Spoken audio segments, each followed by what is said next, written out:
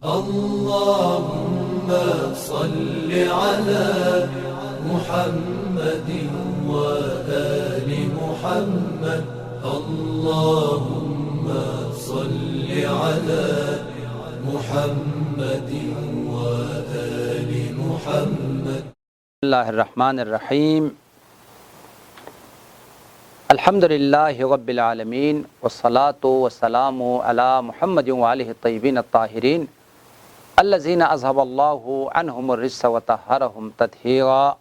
اللہم صل علی محمد وآل محمد.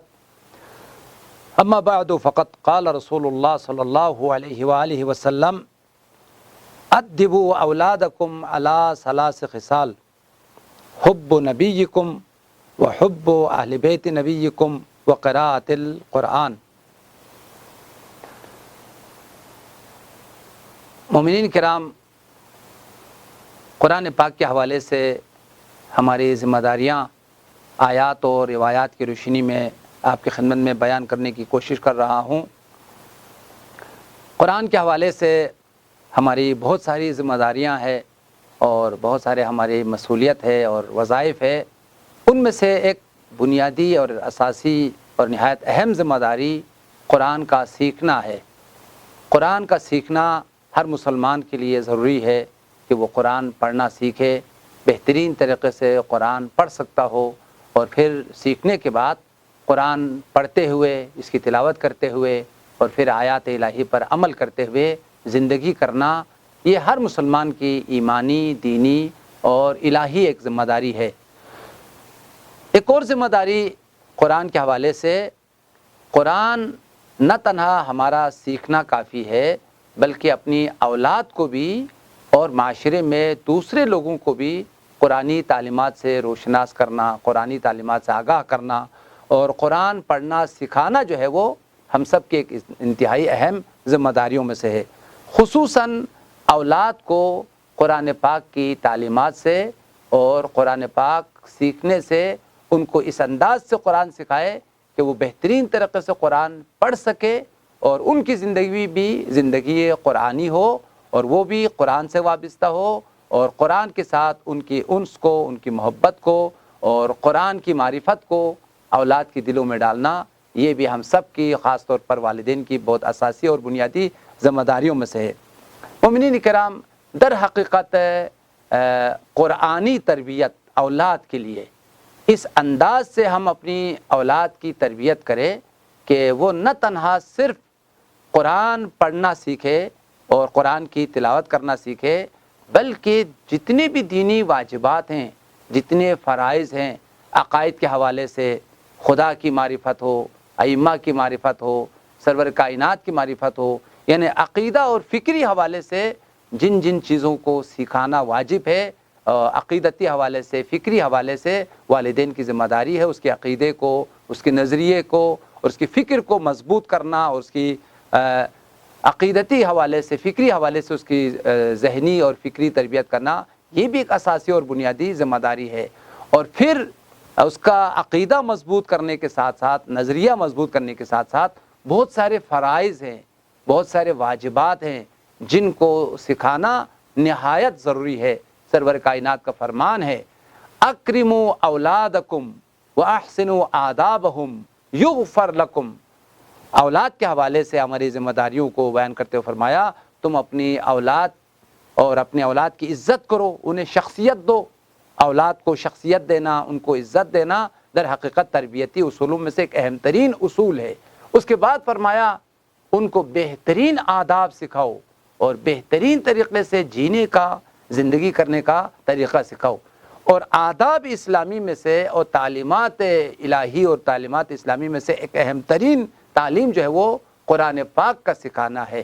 اس انداز سے بچے کو ہم تیار کریں کہ وہ بہترین طریقے سے قرآن کی عظمت سے بھی آگاہ ہو، مقام اور منزلت اور فضیلت قرآن سے بھی آگاہ ہو، اور ساتھ ساتھ یہ بچہ اپنی زندگی میں قرآن پڑھنے والا ہو، قرآن سیکھنے والا ہو اور قرآن سے آشنا انسان ہو. چنانچہ سرور کائنات کا فرمان ہے 3 چیزیں اپنے اولاد کو سکھاؤ. ایک، سب سے پہلے تو خدا کی معرفت کرانا ضروری ہے، اور خدا کی شناخت، خدا کی معرفت بچوں کی پاکیزہ دلوں میں اتارنا، خدا سے آشنا کرنا، یہ ایک اساسی اور بنیادی ذمہ داری ہے۔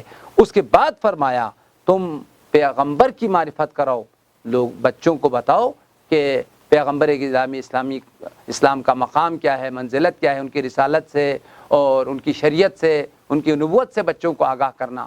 اس کے بعد فرمایا پیغمبر کے بعد جو پیغمبر کے سچے جانشین ہے، اہل بیت نبیکم، پیغمبر کے جو اہل بیت ہے، ائمہ طاہرین کی معرفت، ان کی ولایت، ان کی امامت، ان کی محبت سے بچوں کو آگاہ کرنا، یہ والدین کی ذمہ داری ہے۔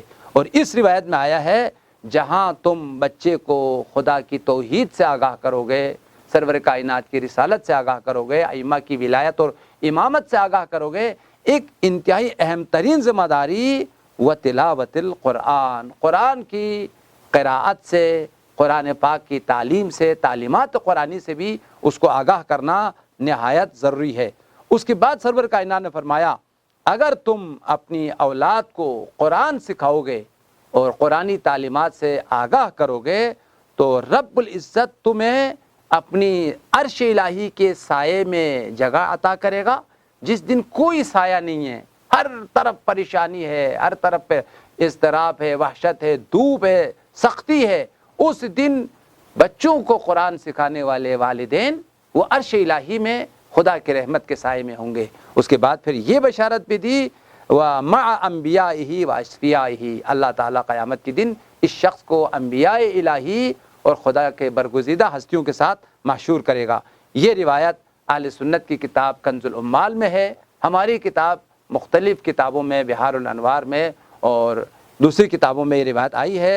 اور اس روایت کا متن آپ کے سامنے بیان کرتا ہوں، ادبوا اولادکم علی ثلاث خصال، اپنی اولاد کو ادب سکھانا ہے 3 چیزوں کے ذریعے سے۔ ایک حب نبیکم، سرور کائنات کی معرفت، پیغمبر سے آشنا کر کے بچوں کو مؤدب اور بچوں کو یہ تربیت دینا ہے۔ دوسری چیز فرمایا وہ اہل بیت نبی، سرور کائنات کی اہل بیت کی شناخت، ان کی ولایت، ان کی امامت، ان کی مقام اور منزلت، ان کی تعلیمات، ان کی روایات سے بچوں کو آگاہ کرنا ہے۔ اور تیسری چیز جو ہے نا، جو اس روایت میں آیا ہے، وہ قراءت القرآن، فإن حملۃ القرآن فی ظل اللہ یوم لا ظل الا ظلہ مع انبیائہ و اصفیائہ۔ وہ شخص جو قرآن پاک بچوں کو سکھا چکے ہیں اور خود قرآن پر عمل کرنے والا ہے، یہ شخص روز قیامت عرش الہی کے سائے میں ہوں گے، انبیاء کے ساتھ، برگزیدہ ہستیوں کے ساتھ۔ یہ بچوں کو قرآن سکھانے کا اور خود قرآن سیکھنے کا، قرآن پر عمل کرنے کا اس کے لیے صلہ ہے۔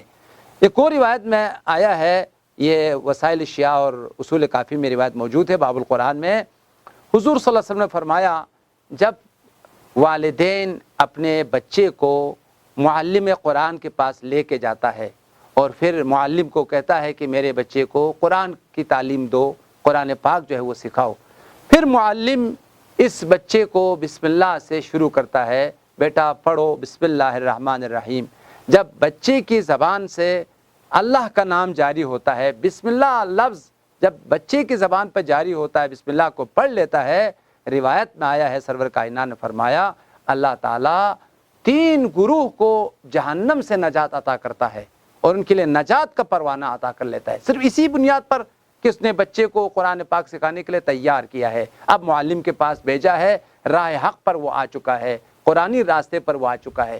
اسی بنیاد پر خدا 3 گروہ کو نجات عطا کرتا ہے اور جہنم کی آزادی سے ان کے لیے آزادی کا پروانہ لکھ دیتا ہے۔ ایک وہ معلم جو بچے کو قرآن سکھاتا ہے، اللہ تعالیٰ اس کو جہنم سے آزادی کا پروانہ لکھ دیتا ہے۔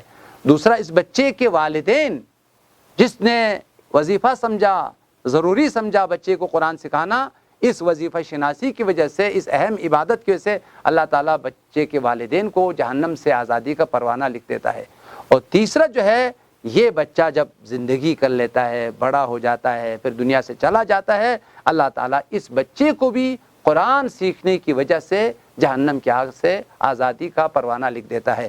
یہ روایت ہے سرور کائنات کا فرمان، ان المعلم اذا قال للصبی بسم اللہ الرحمن الرحیم، جب معلم بچے کو بسم اللہ سکھاتا ہے تو کتب اللہ لہ وللصبی وَلِوَالِدَيْهِ بَرَاءَةً مِّنَ النَّارِ.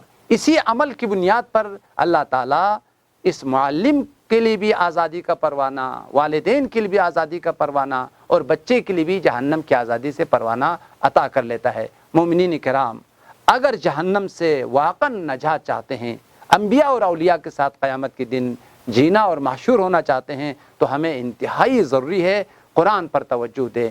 خود بھی قرآن پڑھے، بچوں کو بھی قرآن پڑھوائیں، خود بھی سیکھیں، بچوں کو بھی سکھائیں، اور پھر معاشرے کو ایک معاشرے قرآنی بنائیں. قرآن کی تعلیمات پر ہم بھی عمل پیرا ہوں، معاشرے کو بھی قرآن کی طرف دعوت دیں. قرآن کی تعلیمات کی طرف اگر دعوت دیں تو یہاں ہم بھی جہنم سے نجات پائیں گے، معاشرے بھی نجات پائے گا، اور جو بھی قرآن پہ عمل کرے گا وہ سب دنیا اور آخرت کی سعادت اور خوشبختی کو پا لیں گے. بارگاہ الہی میں دعا ہے خدایا ہمیں قرآن سیکھنے کی، سکھانے کی اور تعلیمات قرآنی پر عمل کرنے کی توفیق عطا فرما. اللهم صل على محمد وآل محمد. اللهم صل على محمد وآل محمد.